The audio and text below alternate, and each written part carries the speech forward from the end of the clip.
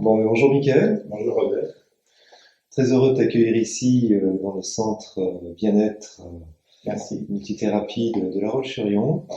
Donc tu es devant une fresque qui pour moi est très symbolique parce que en fait derrière toi il y a un paysage naturel avec un chemin qui se dessine, un chemin sur un lac et c'est un peu de ton chemin dont j'avais envie de te parler aujourd'hui, ton chemin de vie, parce que je trouve que tu as une vie très très riche et j'avais envie de faire profiter un maximum de personnes. Ok. Eh bien, on va commencer par ta présentation. Peux-tu nous dire qui tu es en quelques mots? Alors, je m'appelle Mickaël Coutan, j'ai Oui, 43 ans. oui, J'ai un fils qui s'appelle Éloi qui a 8 ans. d'accord, Je suis en train de divorcer d'accord, et il m'est arrivé un accident le 16 juillet 2018, d'accord, il ok, y a un peu, il y a 4 ans. d'accord, ok. Tu es l'auteur de la page Facebook Devenir maître de soi. C'est ça. Peux-tu nous en parler? C'est très riche cette page. En fait, je programme les publications tous les jours à 18h30 et ça me touche beaucoup. Les réponses que j'ai, les interactions que j'ai, ça me touche.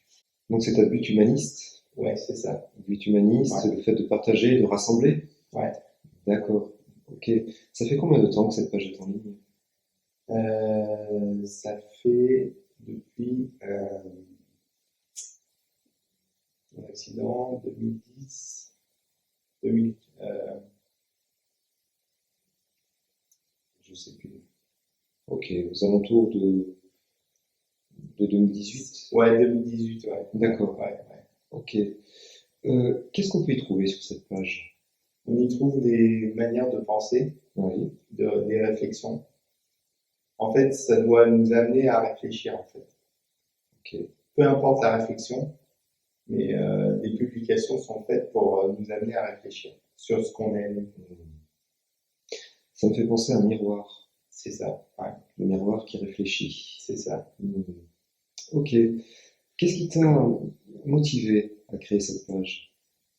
En fait, quand je l'ai créé, je voulais être thérapeute et je pensais que c'était un bon moyen de m'exprimer à travers cette page, en fait.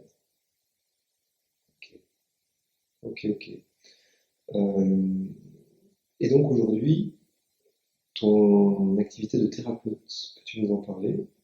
Alors, c'est en stand-by depuis l'accident. D'accord, Euh, En fait, c'est pas le bon moment. Le principal, c'est la séparation, la première étape.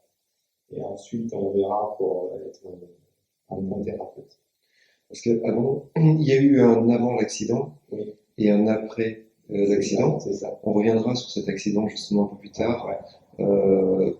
pour connaître un peu plus les détails, mais tu avais déjà un projet avant cet accident. Oui, Tu je peux nous vais en parler? prendre le centre vitalité à Aubigny D'accord, avec ma femme.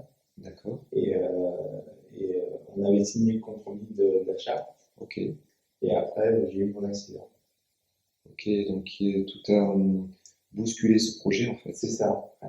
Ok, On a même été attaqué par l'ancien propriétaire au tribunal parce qu'on n'avait pas présenté d'offre de refus de prêt. Et dans ma situation, c'était impossible en fait.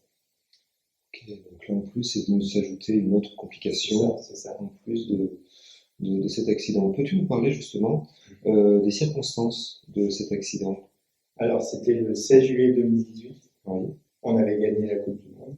oui, Je l'ai arrosé. Et à 3h30 du matin, j'ai fait une crise de somnambulisme. On dort à l'étage avec ma femme. La fenêtre était ouverte parce qu'il faisait chaud, c'était un mois de juillet. Et j'ai enjambé la fenêtre. Je me suis assis sur mon bord et j'ai sauté. Et je suis tombé sur la tête 3,50 m plus bas. ok. Donc on peut dire que tu es miraculé aujourd'hui. C'est ça, ouais. Donc j'imaginais froid Oui, vis-à-vis de ma ton femme épouse a dû également. tomber, ouais. Ma femme a dû tomber. Il a fallu réagir très très vite. Oui, elle est Euh, descendue en bas et elle m'a trouvé, j'étais encore conscient, D'accord. Et je lui ai dit et 1 et 2 et 3 0. Et oui, Je me croyais en 98. d'accord. Ok, donc à partir de là, tout a basculé dans ta Ouais. vie. Qu'est-ce qui s'est passé ensuite? Donc les pompiers sont venus te chercher. Alors, ma femme a appelé les pompiers, ils sont venus très rapidement. Ils m'ont stabilisé avant que je tombe dans le coma. Donc, je suis resté 3 semaines dans le coma. Et j'ai été porté à Nantes, au CHU. Et j'ai subi une crânictomie, c'est-à-dire qu'ils m'ont enlevé une partie du crâne pour pas que l'hématome ne compresse le cerveau. D'accord. Donc, ouais. Ok.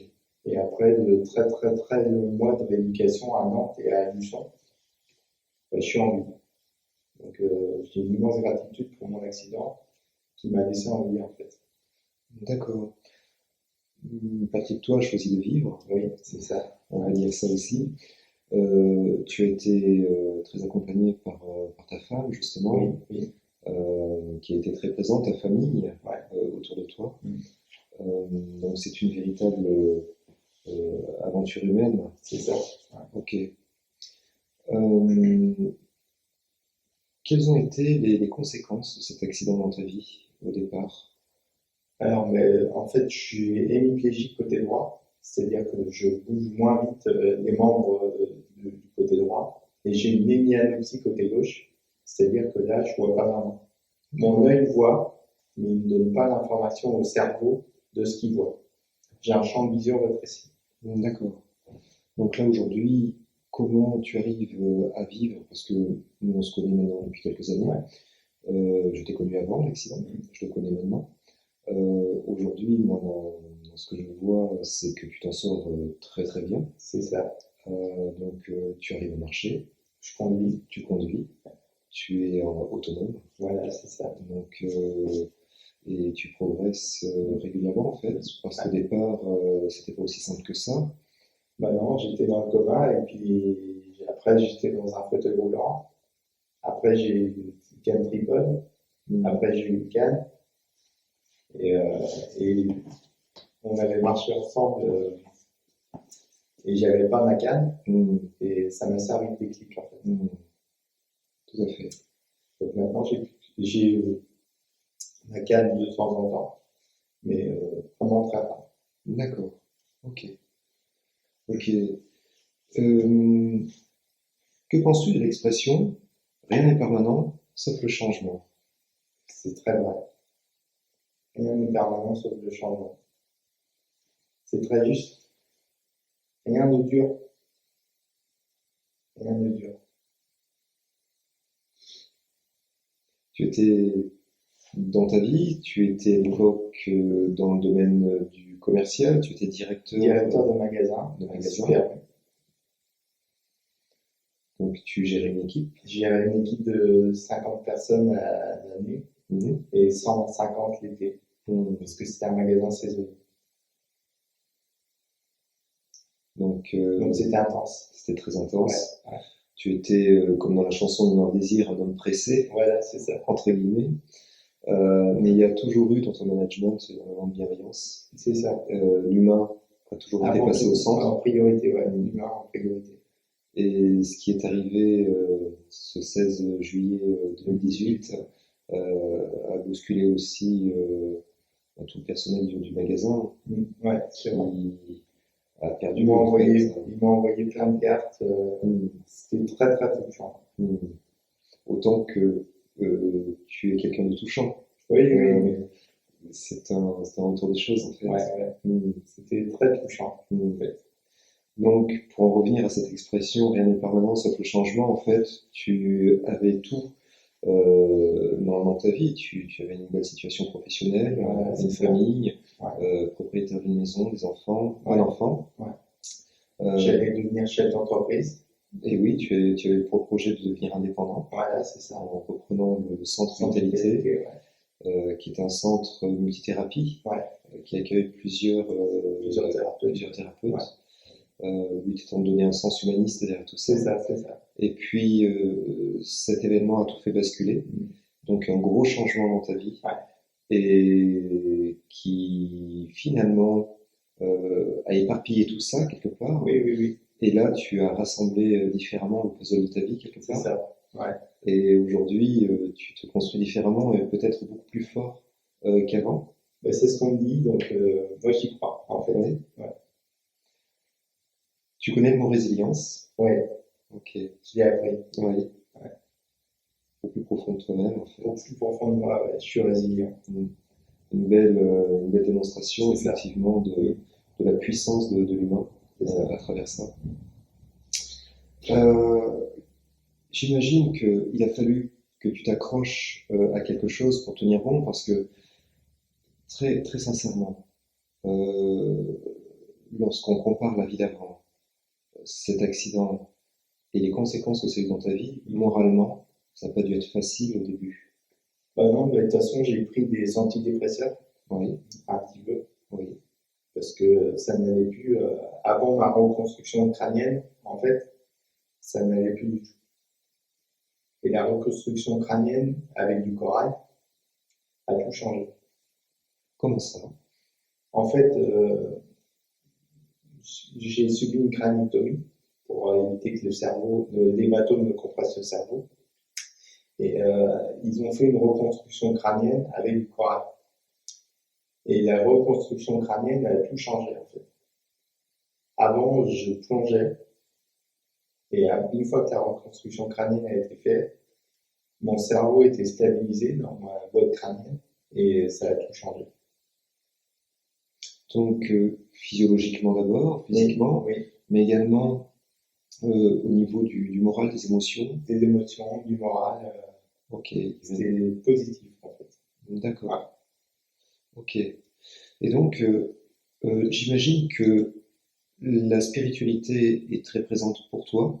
Très présent. Alors, spiritualité, c'est un mot qui est très chargé aujourd'hui, parce qu'il est souvent associé au monde des religions, que Oui. ce soit le catholicisme, l'islam, Alors que la spiritualité, c'est différent des religions. et oui. Donc, quelle est ta spiritualité? À quoi t'es-tu accroché pour surmonter cette épreuve? À la vie. J'ai de la chance d'être en vie. Mhm. J'ai de la chance d'être, comme je suis, pas en fauteuil, pas avec une canne. Donc, j'ai une immense gratitude pour la vie, en fait. Mhm. Voilà. Est-ce qu'il y a des lectures? Est-ce qu'il y a des citations qui t'ont accompagné, qui t'ont aidé? Celle-ci. Tu peux la lire? La richesse est dans le chemin et pas dans le but. Mhm. C'est un long parcours, en fait, la vie. Oui. Et c'est pas fini, en fait. Pour moi, c'est pas fini, en fait. Mhm. Il reste des choses à découvrir. Mhm. C'est ce qui me fait avancer, en fait.